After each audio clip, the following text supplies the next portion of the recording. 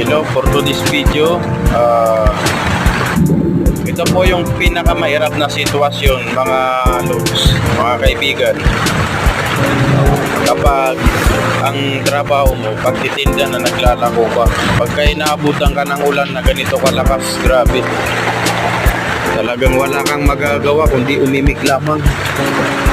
Tingnan nyo yung baha, oh. Grabe. Teka.